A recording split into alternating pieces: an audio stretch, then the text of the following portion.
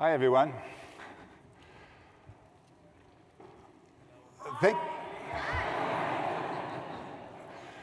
I'm just waking up. I just fell out of the airplane. So it's actually a great honor for me coming. I always enjoy coming to Berlin, and I'm grateful for the invitation. And it's also coming here to the FU, Free University, is a little bit, coming back to the roots, because I don't know, let's just say a number of years ago, when I finished my social service, civilians, I started here at the FU, my studies, and then, later went other ways. But so it was an interesting moment then, 1983, with the height of the peace movement, and also the civil rights movement seeding a lot of things that, a few years later should result into bringing down the Berlin Wall. And it feels like a similar moment right now.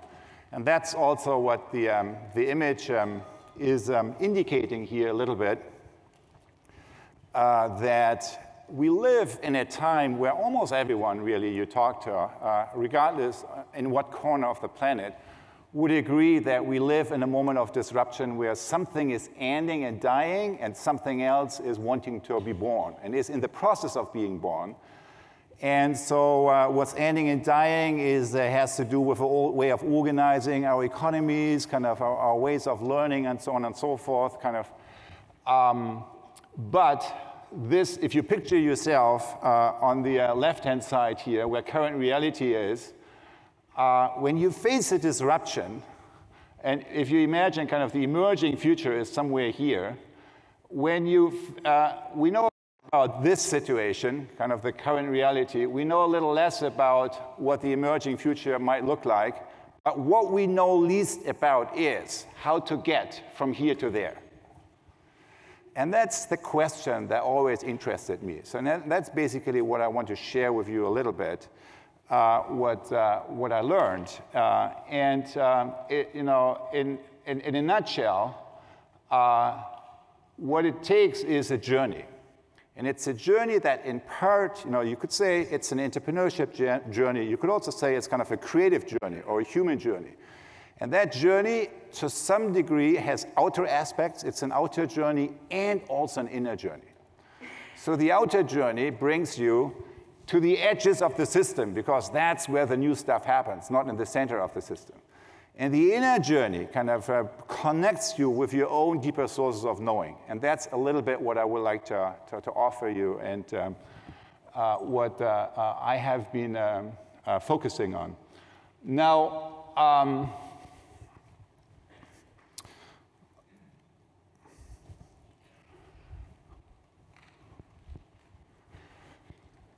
so the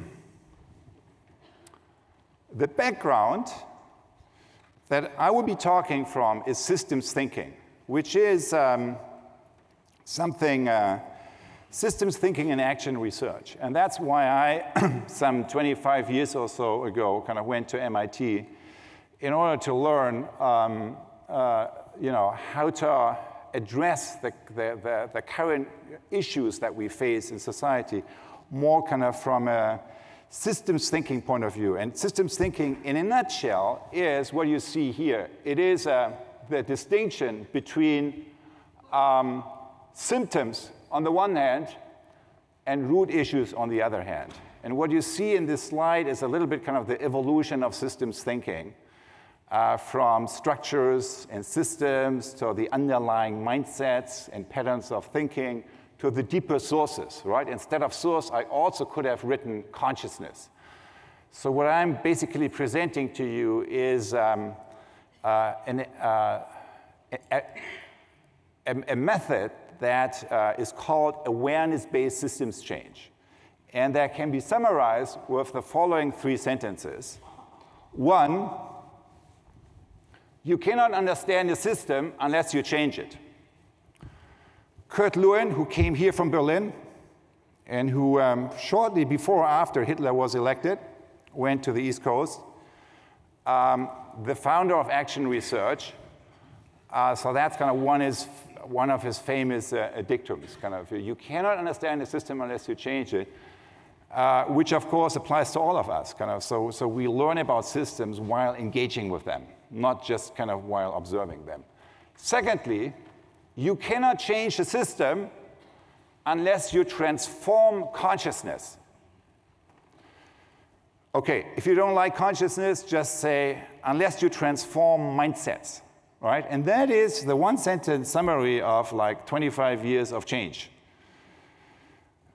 I have been through, and also everyone else has been through that I studied, right? So that if we talk about profound change, it's not enough to just change the structures. If you are not changing the deeper mindsets, the way we think, the way we perceive, the way we connect, then the same people will create the same problems just in a new structure. So if that's true, let's just assume for a moment that this could be true. So if that's true, then of course the real question is, how do you do that, right? How do you shift mindset, awareness, and consciousness from ego to eco, not only on the level, at the level of the individual, but at the level of the collective? How do you do that? And that's what the third sentence is. You cannot transform consciousness unless you make a system see and sense itself. And that's, from an awareness-based systems change, that's kind of the core business, right? Whether you're like a parent, a teacher, a leader, a change maker, whatever.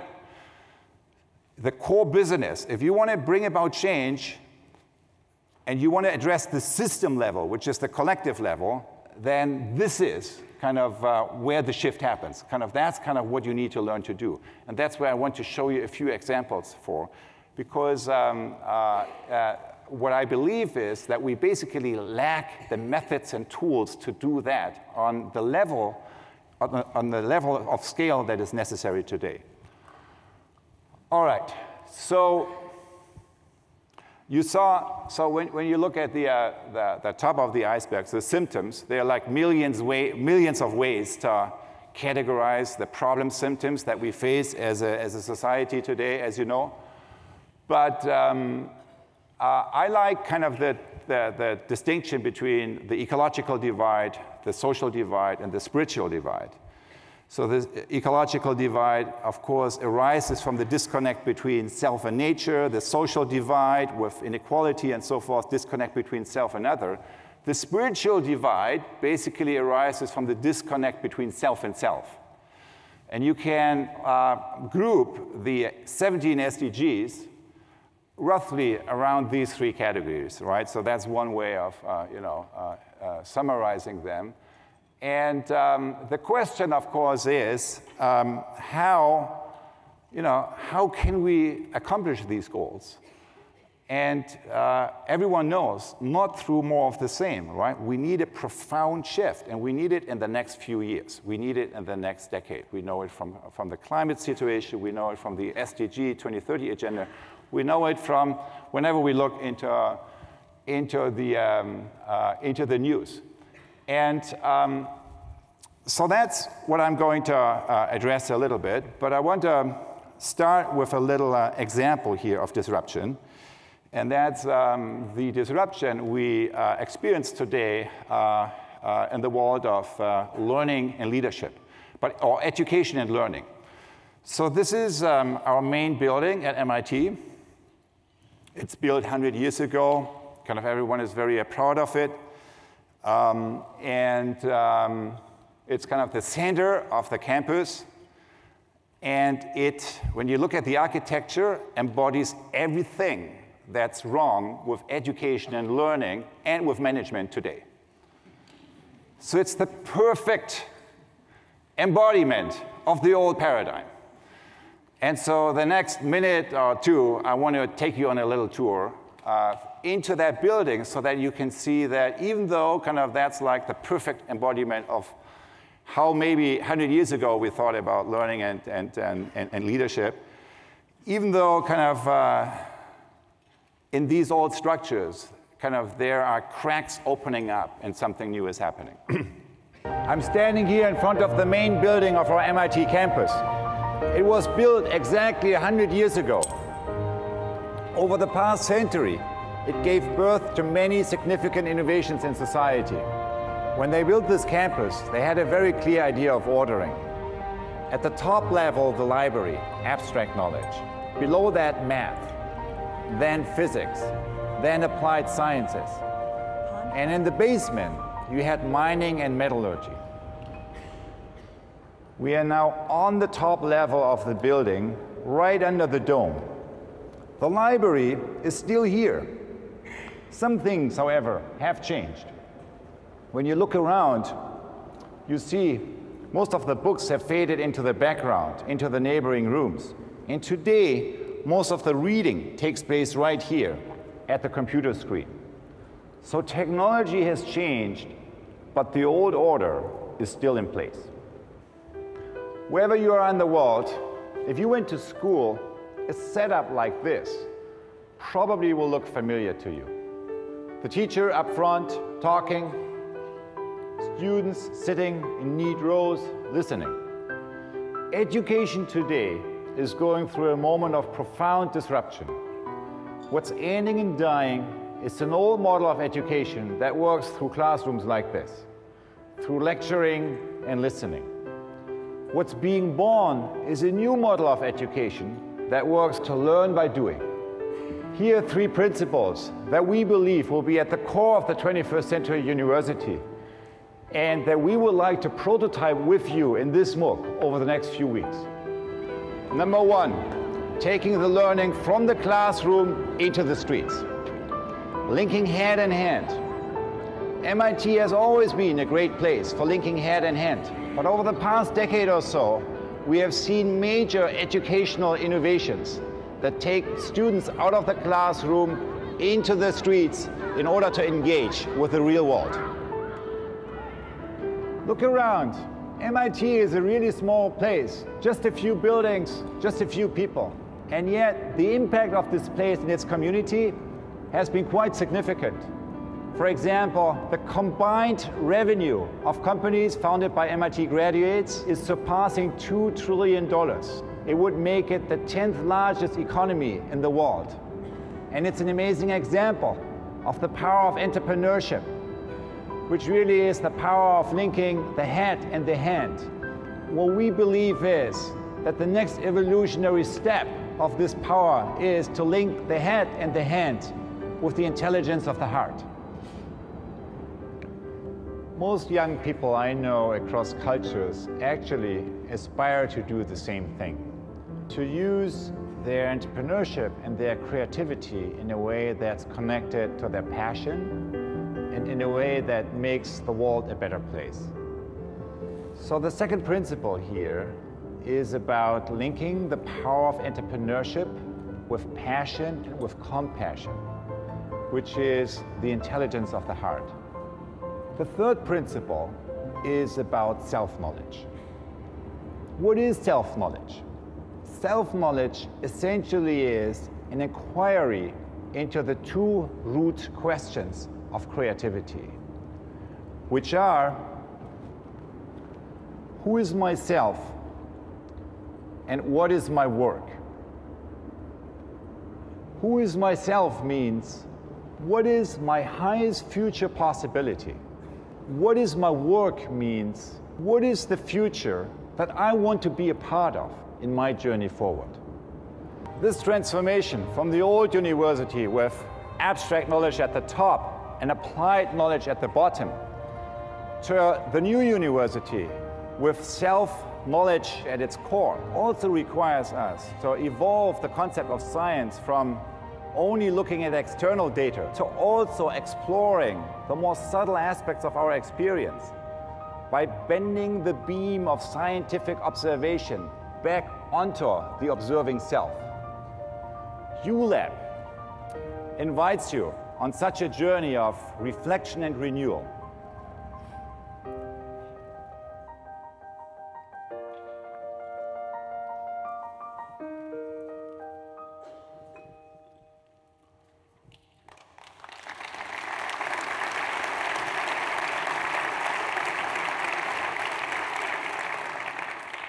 So this was a little introduction clip to ULab, which is which is a MOOC, in part a MOOC. It's an online-offline learning infrastructure for making this available, democratize the access to these tools. And MIT has been among the pioneering players in developing that. So what the clip basically is saying is, okay, so the moment of disruption, other than digitalization, of course, that's one force. There are two more major things that are happening. One is that reshape the architecture of learning as we speak. One is shifting the outer place of learning from the classroom to the real world. So from talking about things to doing it, action learning. Right? So that's, of course, very close to everyone dealing with entrepreneurship. But when I look at MIT, kind of what are the key things that have been happening in terms of new learning environments, that's the biggest factor.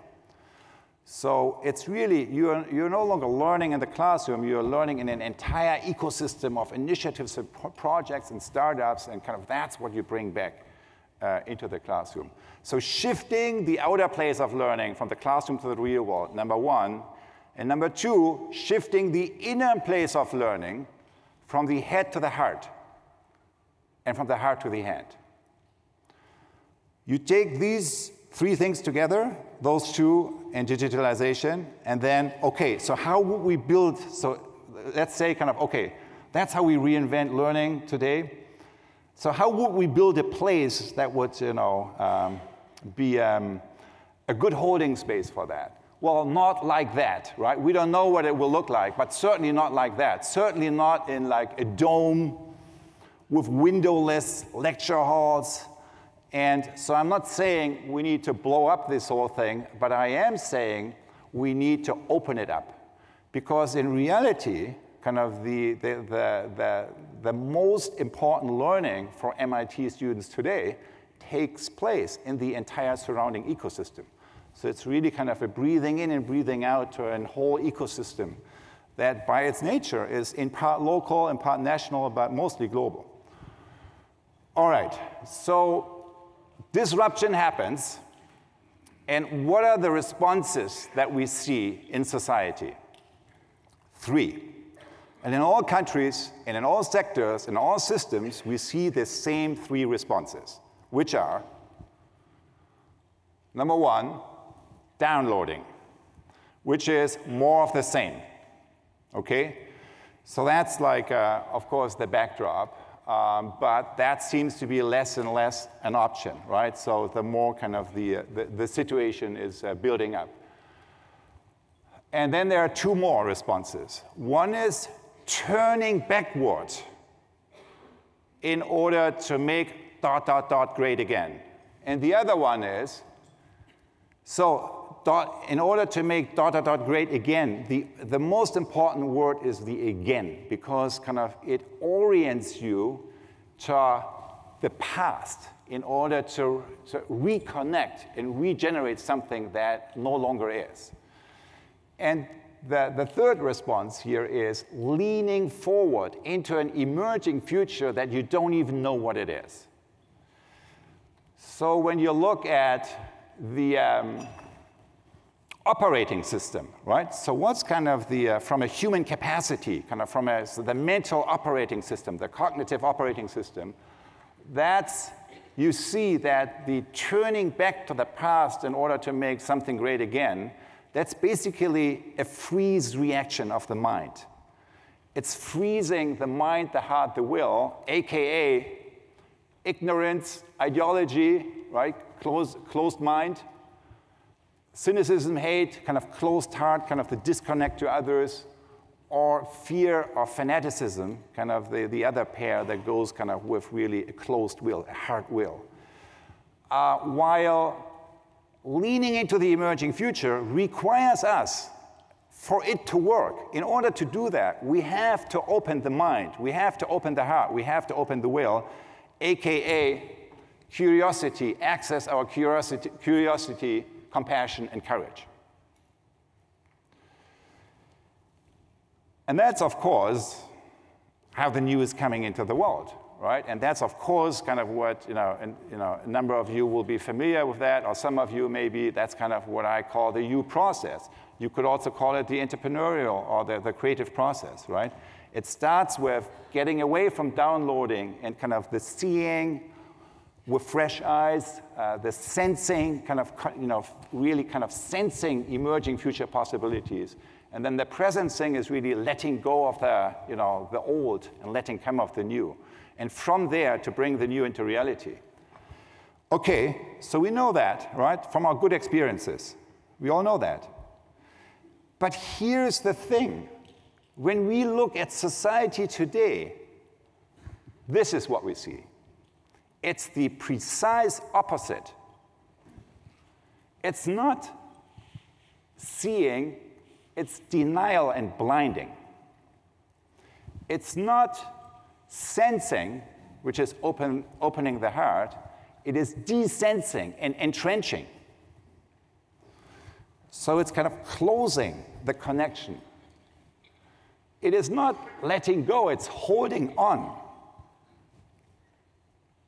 It's not presencing, by which I mean sensing and actualizing the highest future possibility, but absencing, which means you're frozen in your old self. You lose the connection to your emerging future.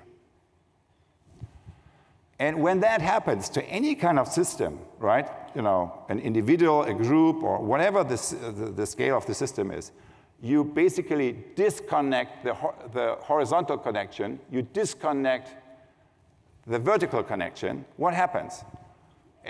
What happens is what you see here. So it's not what you see down here is you crystallize, you let come and crystallize something that is wanting to emerge and bring it into reality. It's basically giving birth to something that is not you,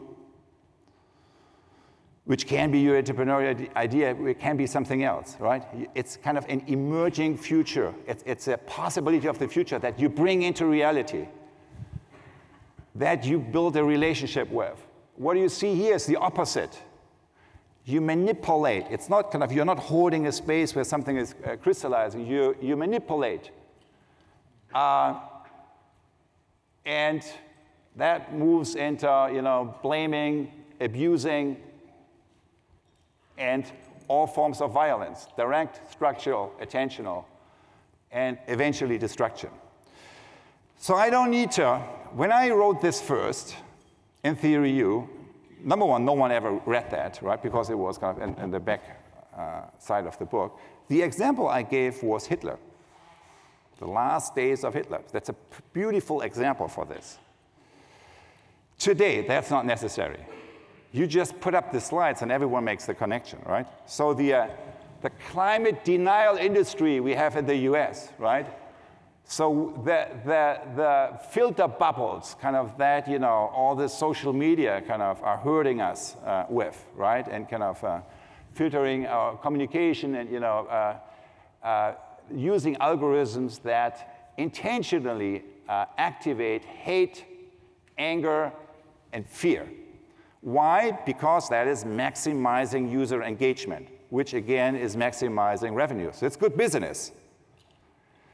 It's also wrecking our society. It's also kind of wrecking our humanity.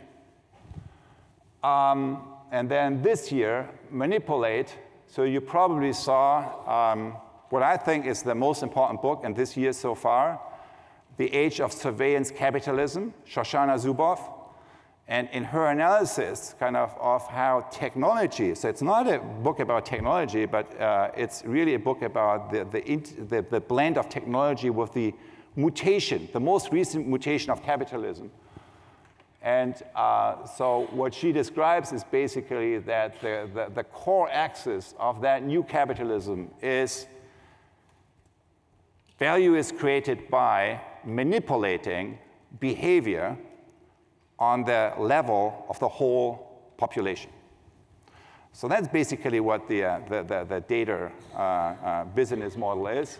And that's what is undermining democracy and a number of other things, as we know. Abuse, right? Yes, a few years back, we would have thought about the Catholic Church. With the Me Too movement, we know kind of it's all over. So it's like we live in an interesting moment where, because these things, many of these, some of them are new, the tech things, right? But other things are not new, but they are now more coming out to the open. So that means kind of that we are now kind of facing the underbelly, right, of our collective, behavior in a more honest way, in a way, kind of. So it's also really, you can say, what we see here is also maybe the last stand, kind of the old paradigm, kind of the last, stand in a development that is having a much longer term perspective. So when we look into reality, so we obviously, all of us have examples of both, right? We all have examples down here, a lot of them. And I think exactly the world of entrepreneurship, of social entrepreneurship, is a great example, right? To access your best energies and to surround yourself with people who want to make something happen. But we also have this, particularly on the level of the collective. What's interesting is when you look into media and public conversation, almost everything is absorbed from this upper half here, because it's super amplified through social media, through a bunch of other mechanisms.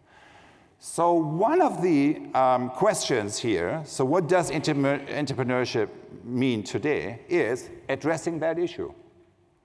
Because I would say what's happening in the world today is obviously, since 2016, we see a massive amplification of this. But maybe the even more important development today in the world is a global movement taking shape around this. And yet, it's a movement that doesn't even know itself. It doesn't have an amplification mechanism like we have with social media here for the upper half. So I think that would be one kind of innovation challenge that's very relevant today. All right, so let me then, with that question, which is, since we live in this world, since we all kind of participate in both of these fields one way or another, what is it we can do on this level here that allows us to be effective change makers that not only, that are able to transform this system, to engage that system and to transform that system. So that's, in my view, the question today. And what we learned is, so how to strengthen kind of this upper half, what we learned is 2 or 3 things. Since I'm an action researcher, I have been running practical experiments around that for the past maybe 20 years or so. 15 to 20 years in a more systematic way. The first thing we learned is you need a process. You need a process that basically moves you out of the downloading space. And one way of describing that is you need to go to the edges of the system, right? And really observe and kind of go to the places of most potential, basically. And of course, many of you know that and do that, of course. Then the second stage there is deep spaces of reflection. You need to create quality spaces where you let the dust settle, and where you not only ask the question, what is actually wanting to emerge kind of in that situation that you have been immersing yourself in, but also how does that relate kind of to my own journey, to our own journey? What is actually the future we want to be part of, kind of, so that kind of inner dimension also comes into play there. And then, of course, exploring the new by doing, the prototyping, which is a lot about bringing the principles of design thinking into the context of profound social change. So that's one. The second thing that we learned is, in order for this process to work in the societal realm,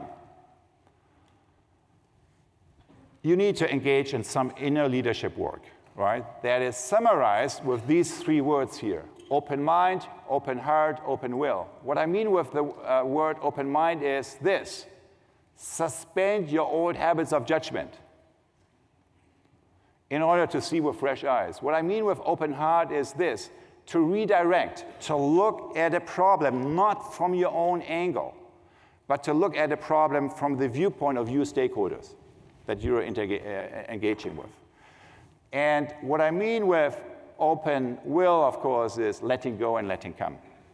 So that inner leadership work, if you can go to the most interesting places on earth. If you're just projecting your old mental habits, it won't do a lot of good things for you. So that's the second element. And I would say the third element that we learned is you need to find a way to deal with what, as an American, I would say are the three enemies, which are the voice of judgment, the voice of cynicism, and the voice of fear. As a European, of course, I would say three inner sources of resistance. But again, so as an American, right, three enemies, right? So three factors that are blocking your way, that are blocking your journey down to the deeper sources of your creativity. So, I don't know, we could say more about that, but I think that's probably self-explanatory, except for maybe the cynicism. What I mean with cynicism is basically all emotions of distancing yourself from a situation. And the voice of cynicism, I believe, is as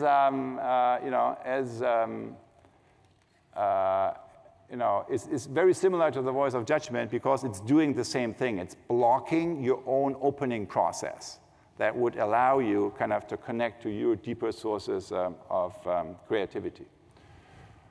All right, so let me sum this up with one slide. And if that is summarizing my take on what is actually happening today in the world of learning and leadership from a systems point of view. And I would say what happens today is two things. One is the deepening of the learning cycle, and the other one is the broadening. The deepening is from technical learning, right, head-centric, to reflective learning, head in hand. You do something, you reflect on, what you did, and the experience is kind of a different model, right? You need to put it into place. To transformational learning, right, which is not only head in hand, it's head, heart, and hand. It's kind of transforming the essence of who we are by stepping more into who you really are. So that's kind of transformation learning. That's one dimension. That's the deepening of the learning cycle towards integrating head, heart, and hand. And the other one, of course, is from the individual to the team, to the organization, to the whole ecosystem.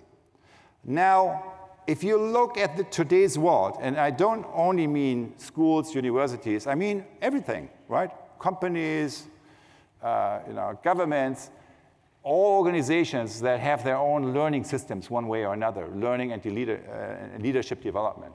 So where are we focusing right now? We are focusing on the bottom left of this thing. All the resources go into the bottom left corner, right? And where's the blind spot? In the top right, and also in the entire transformational column, right? That's where the blind spot is. So the blind spot today is transformational ecosystem learning. And so what we do instead is kind of over-focusing on individuals, right? Putting skills on individuals, and then being surprised that no systems change is happening. So that's, I think, the issue, right? So again, we talk about innovation here. We talk about what actually would make a difference. Because not all entrepreneurship makes a difference, let's just face it. And even though social entrepreneurship has been a huge success story, where really have we seen the old system being transformed? And that is exactly the problem that's biting us now. So that's why I put up this slide, right? It's the ecosystem learning and innovation, kind of that really is the blind spot, and where we need new kind of enabling infrastructures and where we need real innovation today. So I want to give you a few examples for that. So my question is, how do you organize innovation processes and transformation processes on the top right? That's my question. Because if we don't, we are not making headway on any of the big issues that I mentioned at the outset. Okay, so in a nutshell, that's kind of the process architecture we use. So you start with the first stage is about co-initiating, bringing in multi-stakeholder processes, all the players together. Then you go on learning journeys. So sensing journeys, going to the edges of the system. In this case, reinventing healthcare in Namibia, kind of walking in the shoes of women in remote villages with no access to health clinics, right? By the designers of the system, right? The top ministry people and so on.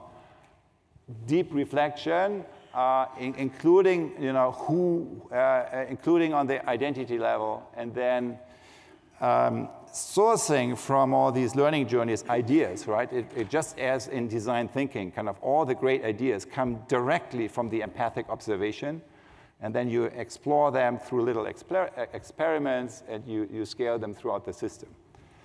So the most important shift, though, that happens in such a process is a shift of mindset from here, seeing the system as something out there, to here, which is seeing myself as part of the system. When we see that shift on the level of the individual, right? So that's when we talk about reflection or mindfulness. Mindfulness is the capacity to pay attention to your attention, right? To not just do something, but to switch on a higher level of awareness, of noticing, that allows you to navigate your attention.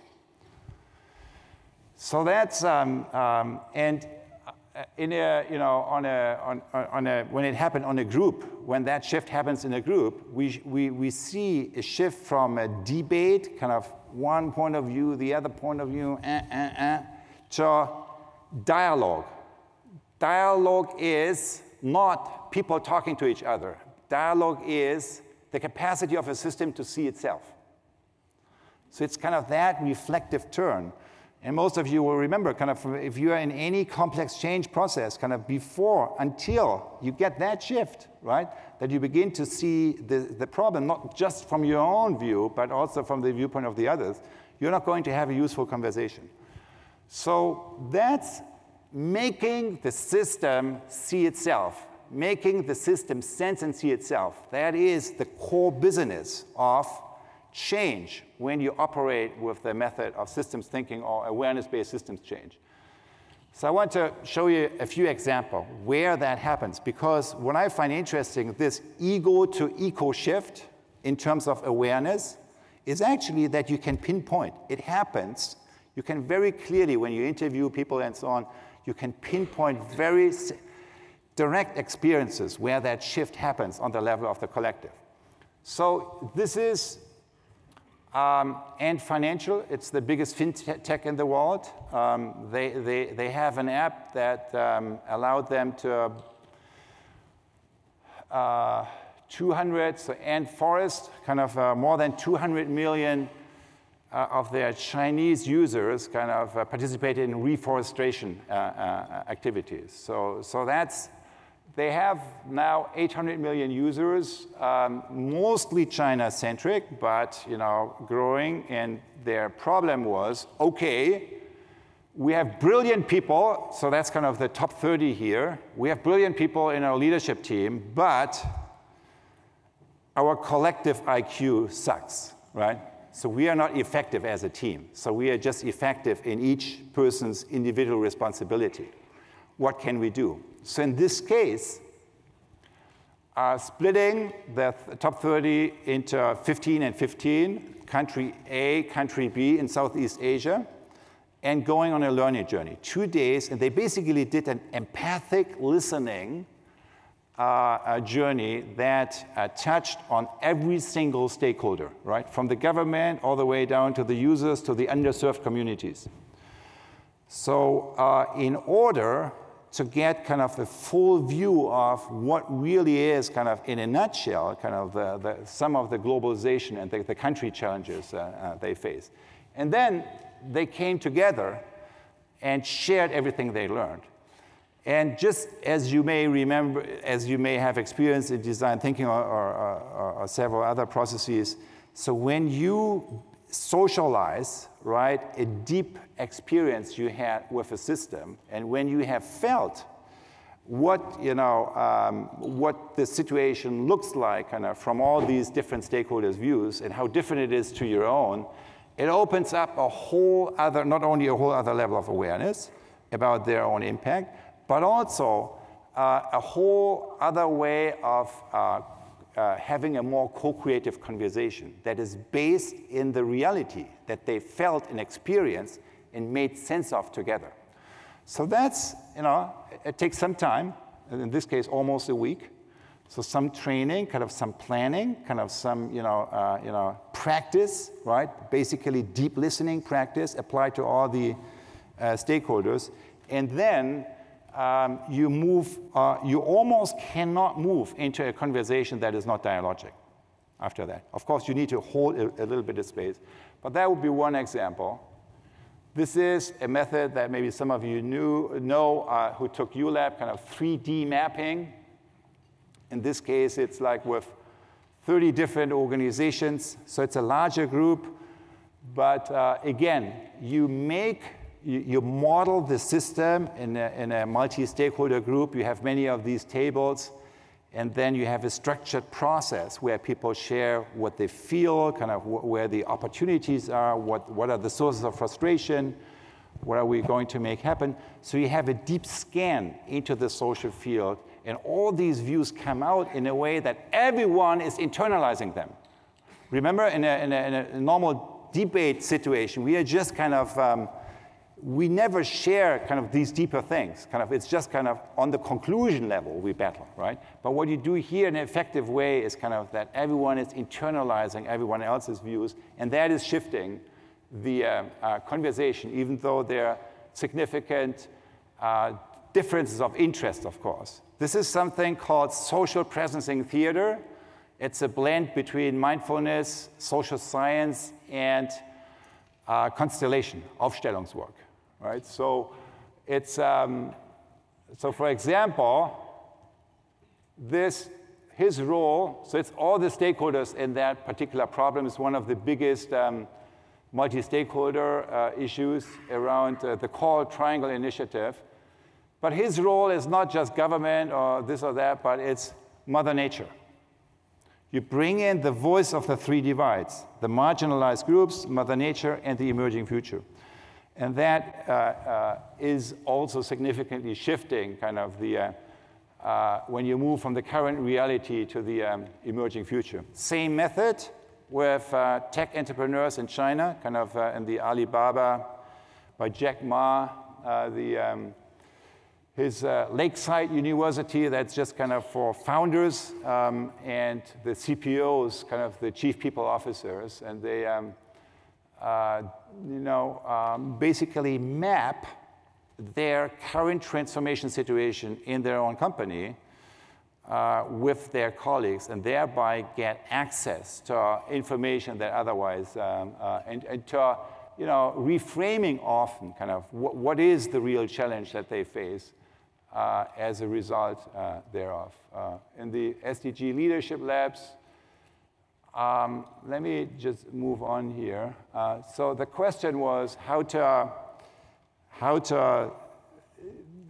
create these things at scale, right? And what I shared with you is mainly small examples, right? A team here, a team there. How is that ever going to the level of scale that we need? So that was always a question I held, and that was the backdrop really for this experiment, which is a blended learning environment, online, offline, over the, where we, for the first time, try to combine two things. One is the massive democratization of and the access to knowledge and learning, MOOCs, using technology for that. And the other one is linking that with transformational learning environments. Because often when you see MOOCs, it's kind of just technical. It's basically head-based learning. It's not transformational learning. And the only way to bring that to scale is basically by radically decentralize the platform so that everyone creates basically their own community in their own context. And so that's something now. And the backbone of that is, again, methods and tools that allow these groups, to access deeper levels of listening and to make systems sense and see themselves. So that's basically the, and we have now formed that into something called the Societal Transformation Lab. So we have like 2 journeys here. One already started, that's ULab 1X. That's kind of from individual kind of my individual kind of leadership capacity building to develop my own prototype idea. So the first part of your entrepreneurial journey. And then there is a second part. So this is September to December. And then February to May, there is a team-based prototyping environment. So it's for teams, it's application-based. The applications will be in November and decisions by early December. It's free, but it's application-based.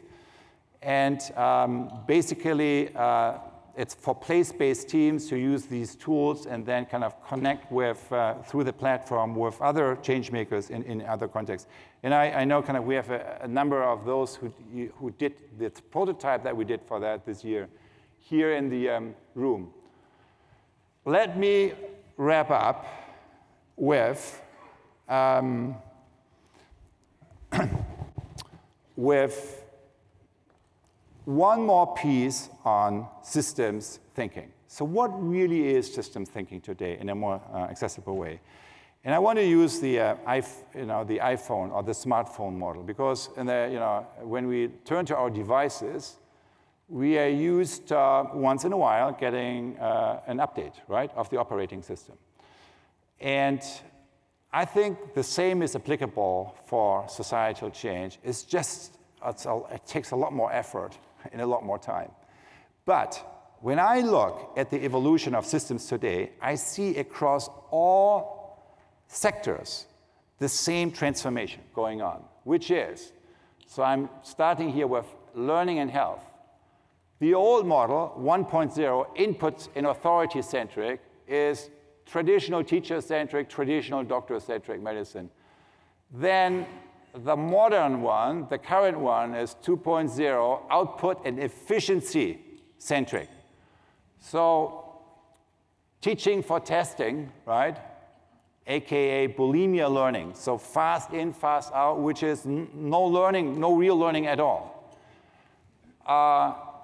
Evidence-based medicine, right, which has, some good sides, but also kind of some downsides.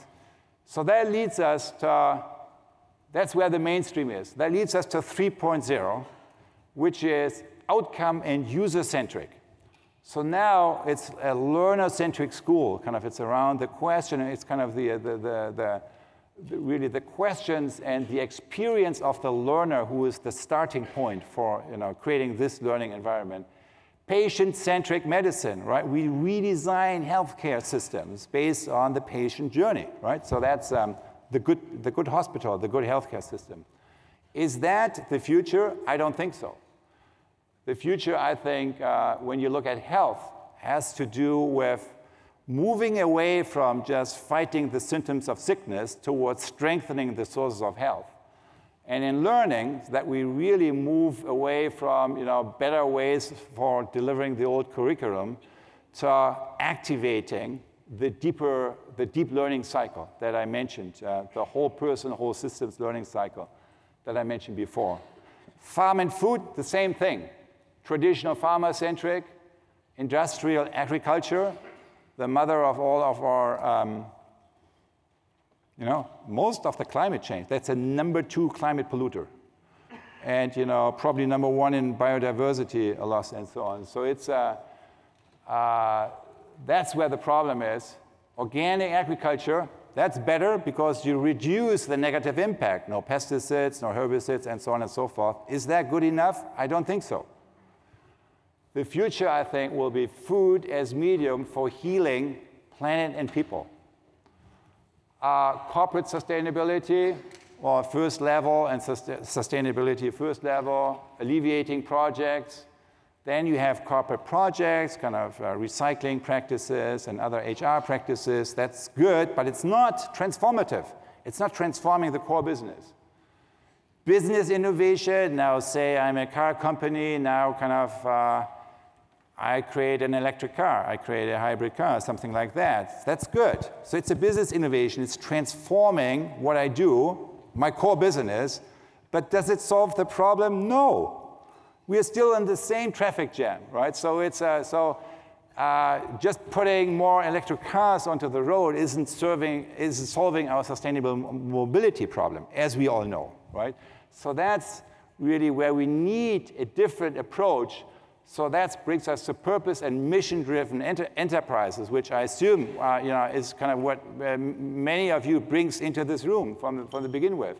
Or business as a movement, as you know, Eileen Fisher likes to say, the founder of Eileen Fisher. Finance, traditional banker-centric, and then Wall Street, externality blind. Let's not talk about that. That's where all the money is, of course. Kind of. Then impact investing. That's great, but it's only it's only really focusing on pet issues, right? So it's focusing on symptoms, not on root issues in most cases. And that's kind of the question of the last one.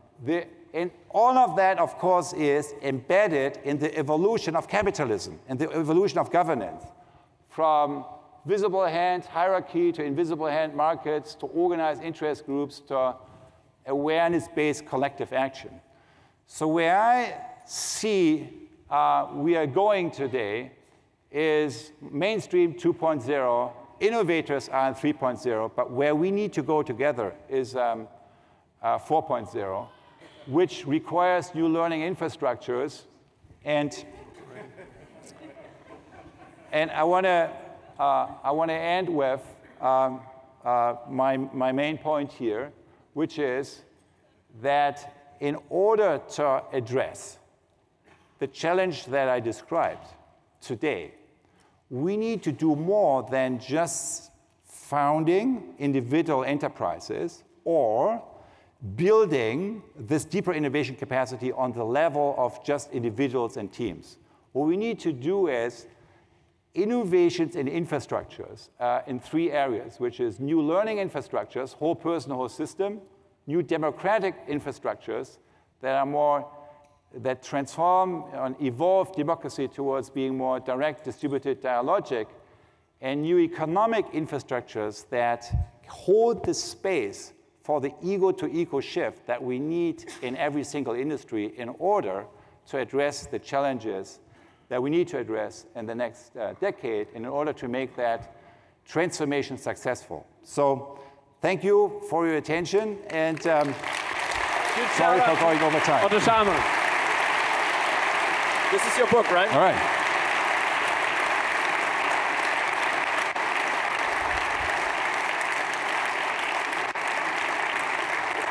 Maybe one question. All right. Yes, maybe. We go to the center. Can we find all of that information in that book, or do we need more books? No, it's, most of that is here, and then the other piece is probably for those of you, so there are free tools and so on. So we have an open source website, presencing.org. Very good. So that would be the other place. And this book you can buy outside. It's you can buy it. I just bought it myself, and you can just buy it out there. Just one question, maybe. Yeah. What can, like, just a practical advice? I have a company. What can I do? Start today. I buy in everything what you said, and I want to start. I want to do it. What can I do? Well, I think the foundation for being a good entrepreneur is being a good listener. And the foundation of that is listening, and you find kind of all the, if I am surprised about anything, is how profound, if you build a listening practice, in how few weeks, how deep you can transform your own way of listening. But it takes a daily practice, it takes review, and it takes also a community, maybe one or two other persons to do that together with. And that's why an infrastructure like ULab allows people to link up with other people who want to do the same thing. Thank you. Very We'll much. be listening. And yeah, thank you. Hands up.